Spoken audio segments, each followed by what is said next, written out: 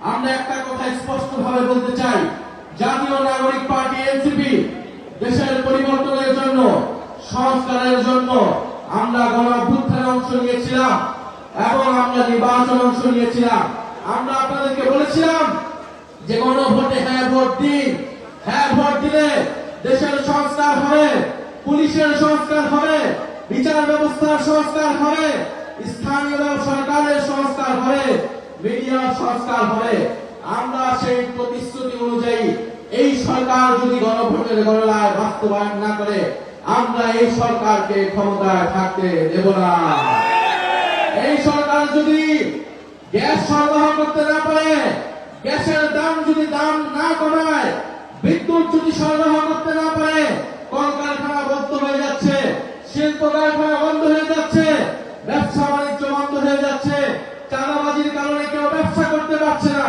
এই সকল পরিস্থিতি যদি পরিবর্তন করতে না পারে, আমরা এই সরকারকে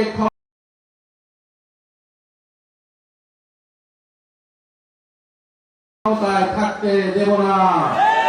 ওনাদেরকে ভোট দিয়ে ক্ষমতায় বসানো হয়েছে দুর্নীতি এবং লুটপাট করার জন্য নয়, জনগণের নিত্য প্রয়োজনীয় দ্রব্য যাতে সরবরাহ করতে পারো, তেল গ্যাস যাতে সরবরাহ করতে পারো, সেজন্য তোমাদেরকে ক্ষমতায় বসানো হয়েছে। আপনারা ক্ষমতায় বসে আপনাদের সন্তানরা লুটপাট করবে, বিভিন্ন মন্ত্রণালয়ে টেন্ডারবাজি করবে, এটার জন্য কেউ আপনাদেরকে ক্ষমতায় টিকিয়ে রাখবে না।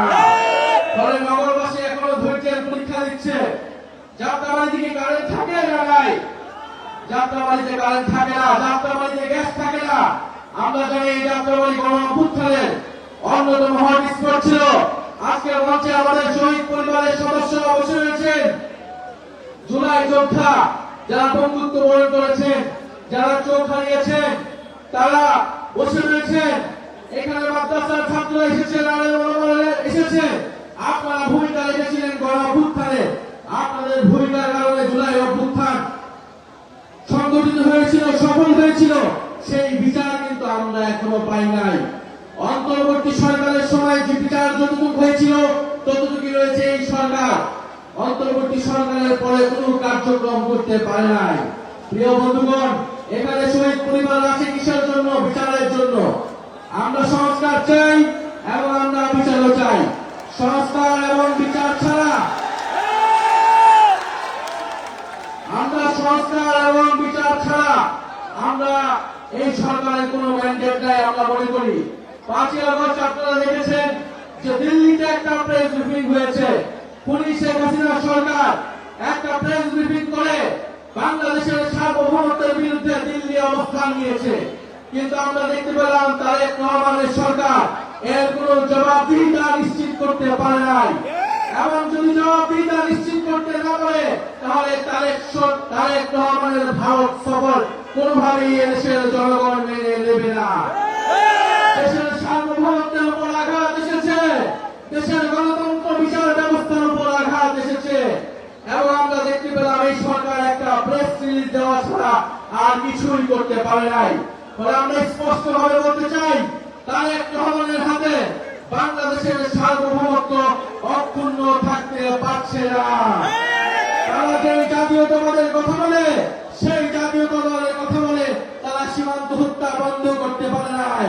তারা যদি এখন ভারতের সাথে আপোষ করে, তারা যদি ভারতে সফর করে, তার মানে দেশের জনগণ ভেবে নেবে যেই জাতীয়তাবাদের রাজনীতি জিয়াউর রহমান করেছে, যেই জাতীয়তাবাদের রাজনীতি বেগম জিয়া করেছে, সেই জাতীয়তাবাদের ধারক বাহক জনাব তারেক রহমান নন।